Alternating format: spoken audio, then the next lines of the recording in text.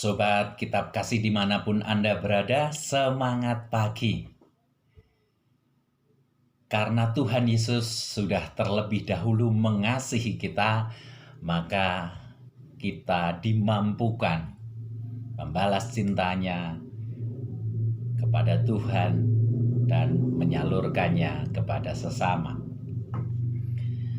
Sobat Kitab Kasih, Sobat Kika, melalui video ini saya mau berkisah satu pengalaman hidup saya. Dari sekian banyak perjalanan hidup saya, pengalaman hidup saya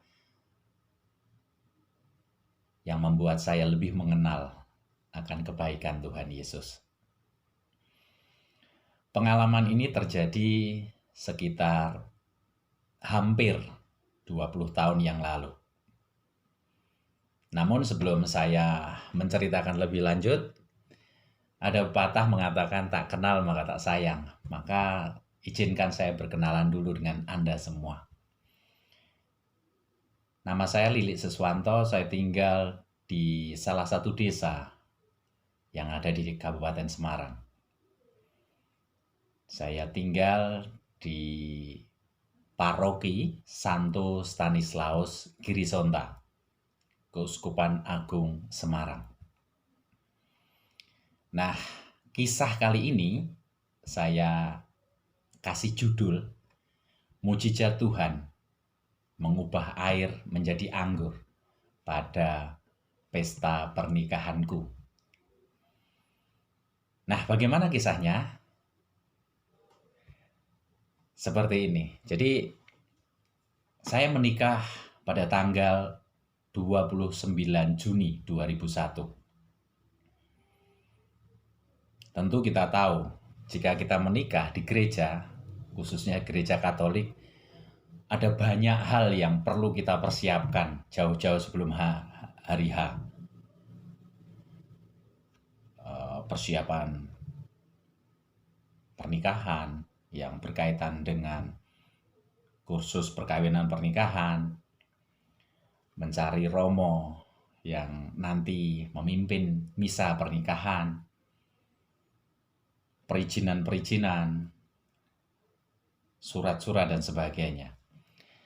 Nah, salah satu yang perlu kita lakukan jauh-jauh hari perizinan adalah mengenai tempat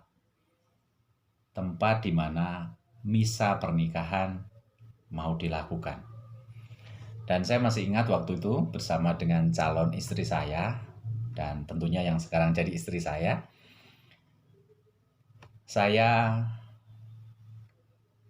proses perizinan itu diawali dari ketua lingkungan, baru ke ketua stasi, dan ketika saat itu kami berdua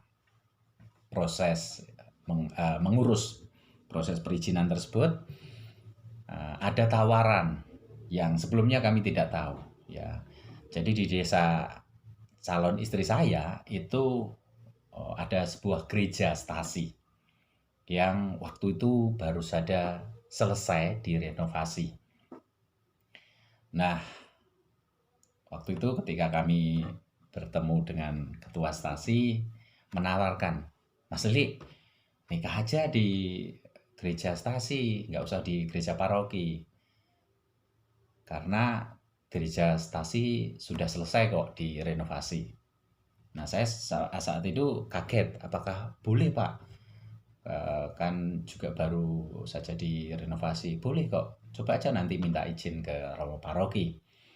Dan akhirnya dari informasi beliau, akhirnya saya bersama istri menyampaikan dan meminta izin kepada romo paroki, kurang lebih itu sekitar 2 atau 3 bulan sebelum hari H pernikahan saya, perizinan itu. Dan romo paroki waktu itu mengizinkan. Sehingga tentunya persiapan termasuk undangan kami sebar, di mana misa pernikahan kami dilaksanakan di gereja stasi, bukan di gereja paroki.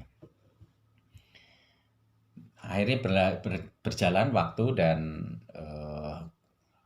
hari H kurang 2 hari, jadi tepatnya tanggal 27 Juni 2001 saya baru tahu, ya, ternyata saya dapat informasi waktu itu, ya, ada seorang ibu yang memberikan informasi ke saya, ternyata izin penggunaan gereja Stasi dibatalkan oleh Romo Paroki 2 hari sebelum misa pernikahan kami. Dan saya kaget pagi itu, ya. Lalu saya coba cross check, ya, saya datang ke gereja paroki untuk menemui Romo Paroki dan cross check, ya, informasi tersebut, dan ternyata betul. Jadi Romo Paroki saat itu keberatan, ya, dan mengubah kebijakan yang sebelumnya saya diizinkan boleh, hari H kurang 2 hari itu ternyata beliau mengatakan, ya, menyarankan saya untuk memindah misa pernikahan kami di gereja paroki. Jadi sebagai informasi, desa di mana istri saya dan gereja Stasi ke gereja paroki Girisonta itu kurang lebih 6 kilo. Nah, ketika ada perubahan itu, waktu itu saya coba tanya, loh Romo, ya, kok tiba-tiba ada perubahan? Padahal dulu ketika awal-awal saya meminta izin, diizinkan, diberikan. Tetapi kok ini kok kurang 2 hari ada perubahan.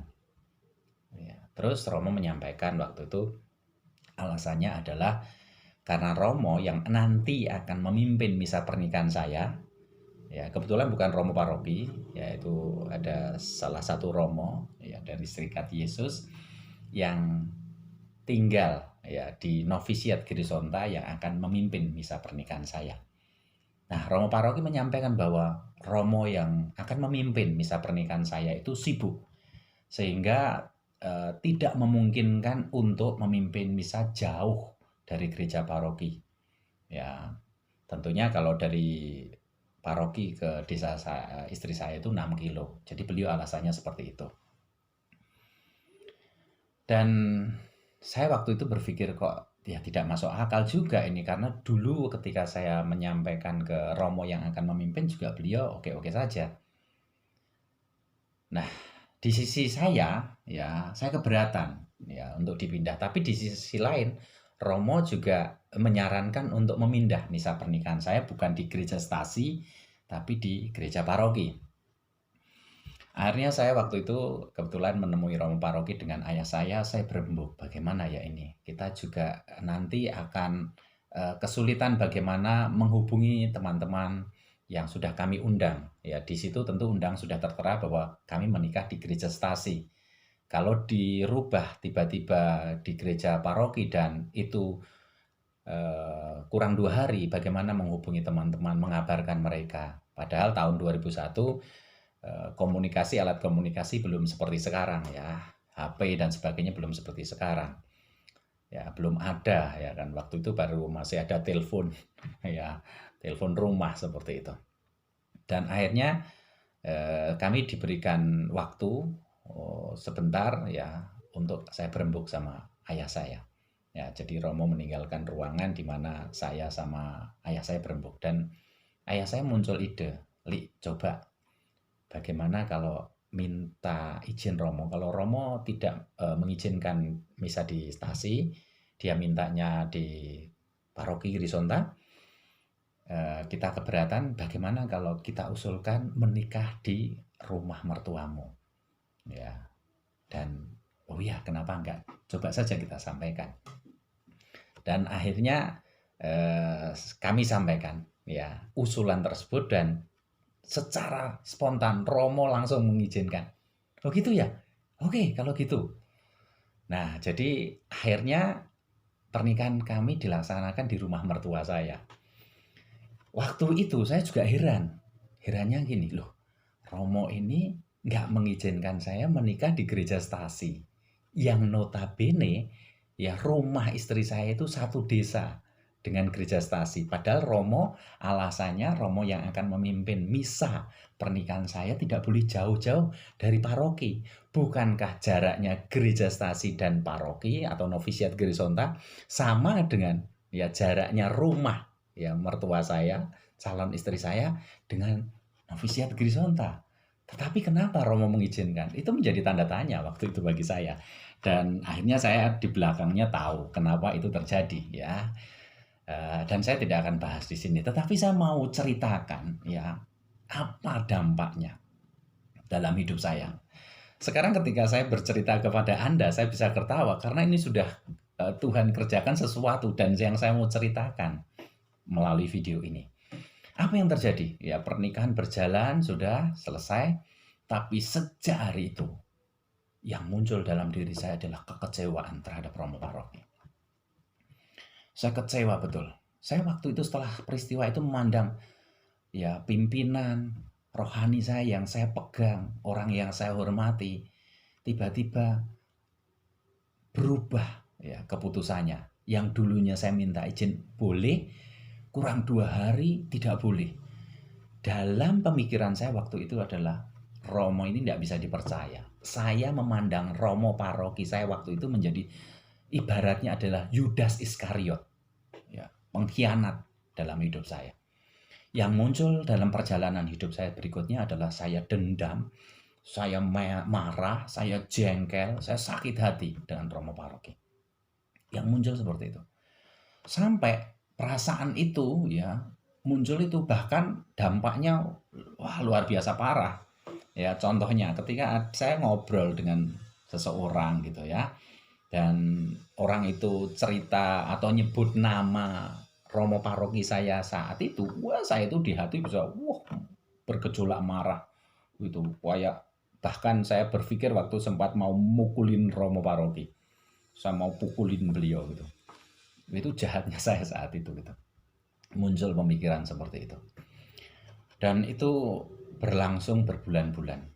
Nah, sejak saat itu, sejak peristiwa pernikahan saya, ketika saya melakukan misa di gereja, saya selalu menghindar dengan Romo paroki. Jadi kalau saya tahu Romo paroki memimpin di gereja paroki, maka saya akan melakukan misa, ya datang di misa di gereja stasi. Sebaliknya, kalau saya tahu jadwal beliau, ya di gereja stasi, maka saya melakukan misa di gereja paroki. Seperti itu. Hingga kurang lebih 3 bulan hal itu terjadi. Dan amarah saya semakin hari itu semakin menguasai hidup saya. Waduh, pokoknya dongkol, marah. Tadi pengen mukulin Romo itu muncul dalam diri saya. Hingga satu pagi, misa pagi, minggu pagi, itu saya datang. Ya, setahu saya waktu itu jadwal beliau itu di gereja stasi, maka saya hadir di gereja paroki. Tetapi begitu muncul, ternyata Romo paroki saya, waduh, itu perasaan saya nggak enak bener pagi itu. Gejolak muncul, wah marah, jengkel, wah tadi pengen mukulin, makin bergejolak dalam hati saya. Dan saya sempat terlintas saya mau pulang, ya, nggak mau mengikuti misa. Namun saya duduknya itu di tengah, jadi saya berpikir kalau saya tiba-tiba keluar juga bagaimana karena saya duduk di tengah. Nah, apa yang saya alami ini yang terpenting. Ya, ini yang saya mau ceritakan ke Anda semua. Dalam proses misa itu, di tengah misa, di dalam hati saya muncul, saya mendengar satu suara yang menyapa saya. Dan itu suara yang personal saya, karena beliau menyebut nama panggilan saya Li gitu. Li, maukah kamu memaafkan Romo paroki? Suara pertama itu saya tolak. Muncul lagi suara yang kedua. Li, maukah kamu memaafkan Romo paroki? Dan saya sempat, buat apa saya maafkan? Toh dia sudah menyakiti. Intinya seperti itu. Jadi suara yang kedua saya ada diskusi di situ. Nah, akhirnya membalas, ya, suara yang dalam hati saya saat itu membalas, intinya adalah, bukankah begitu ajaranku? Engkau mengampuni orang yang menyakitimu.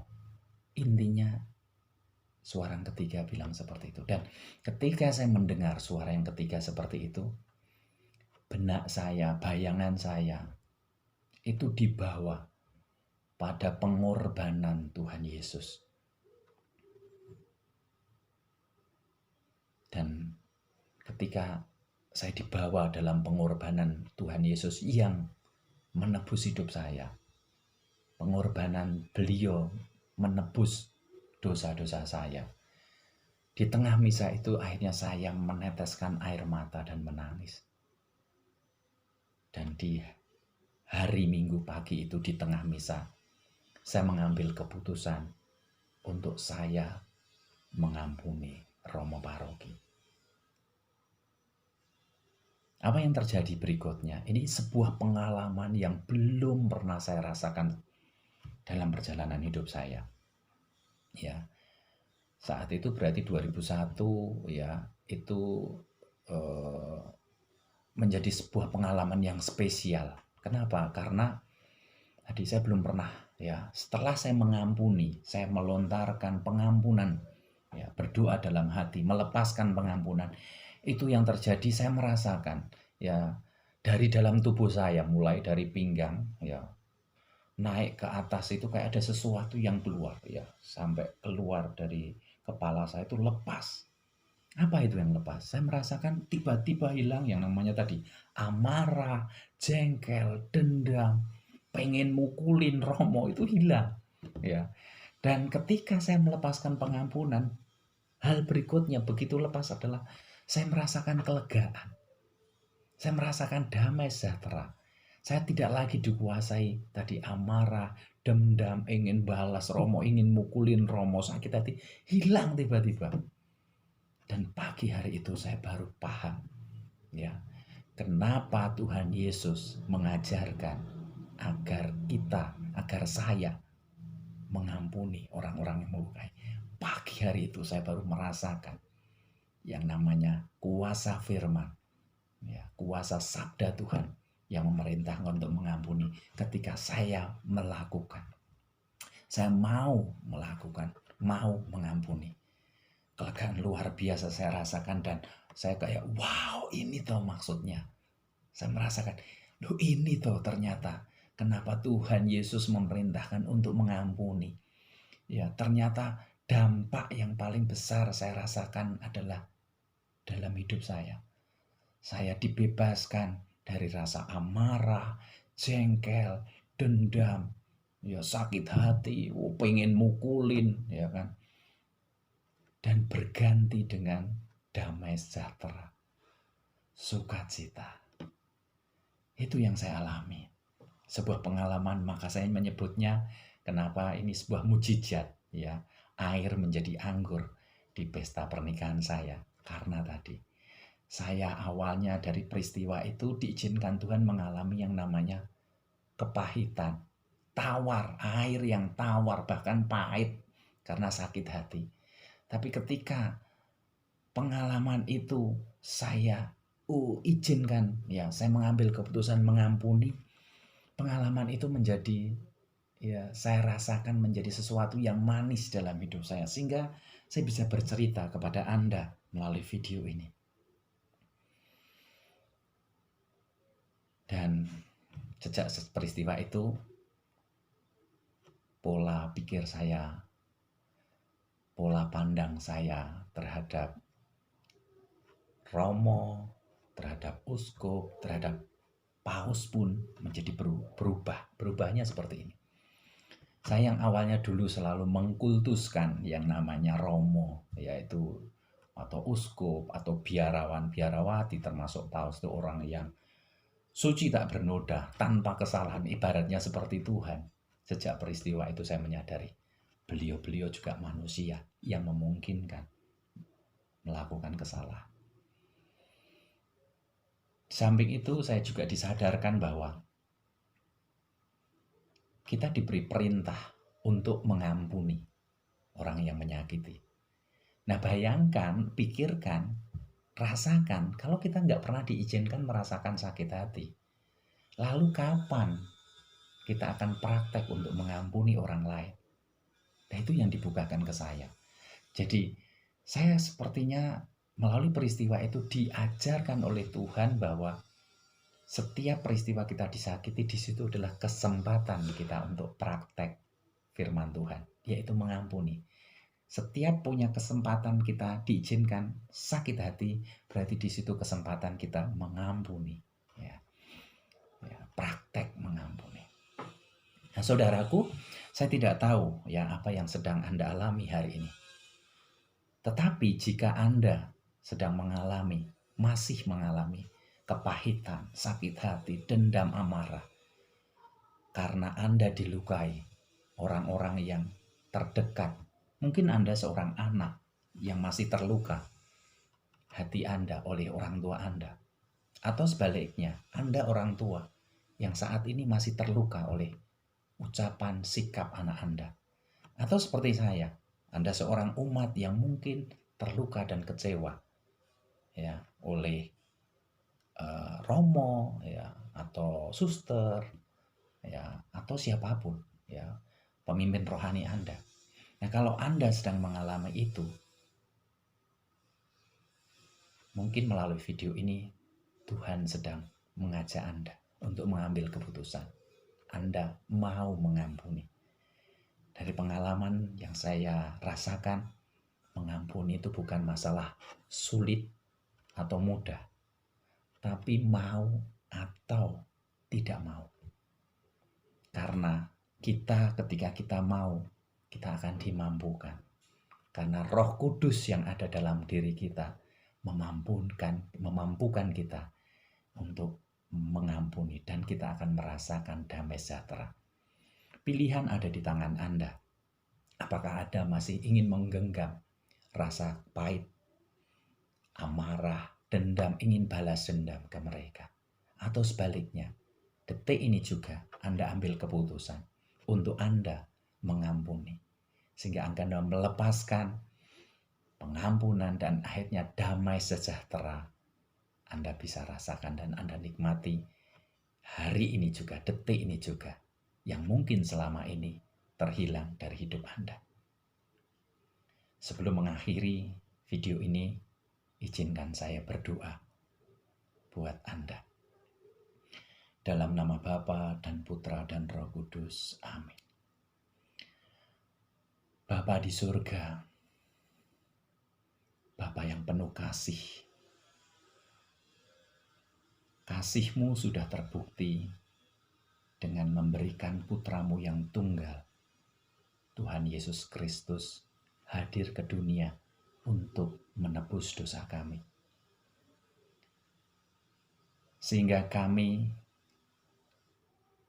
menjadi anak-anak-Mu. Manusia berdosa yang akhirnya Kau angkat derajatnya menjadi anak Allah. Kemuliaan yang dulu terhilang sejak leluhur kami, Adam dan Hawa, jatuh dalam dosa karena lebih percaya kepada suara setan, suara ular, dibandingkan kepada sabda-Mu. Engkau pulihkan sejak penebusan di kayu salib. Kasih-Mu begitu besar ya Bapa. Engkau telah mengampuni kami. Engkau telah menebus dosa kami. Sehingga kami sudah tidak lagi dalam kuasa dan kendali si jahat. Ampuni kami jika hingga hari ini kami masih belum mau mengampuni orang-orang yang menyakiti hati kami. Biarlah Roh Kudus-Mu yang sudah tinggal di dalam hati kami, yang memberikan kekuatan bagi kami untuk kami mengambil keputusan mengampuni siapapun yang melukai hati kami. Dan latihlah terus-menerus agar dalam hidup kami bisa menjadikan dan mempraktekkan apa yang menjadi firman-Mu. Mengampuni orang 70 kali 7 kali. Berulang-ulang terus-menerus tanpa batas. Karena hak pembalasan adalah milik-Mu semata. Terima kasih ya Bapa atas hidup kami hingga saat ini. Dan kami merindukan damai sejahtera sukacita surgawi mengalir dalam hidup kami. Doa ini kami panjatkan dengan perantaraan Tuhan Yesus, Tuhan dan Juru Selamat kami, sahabat terbaik kami, Raja kami. Amin. Dalam nama Bapa dan Putra dan Roh Kudus. Amin. Terima kasih karena Anda sudah menyaksikan video ini. Kiranya video ini bisa bermanfaat dan juga bisa menjadi berkat bagi Anda dan keluarga Anda.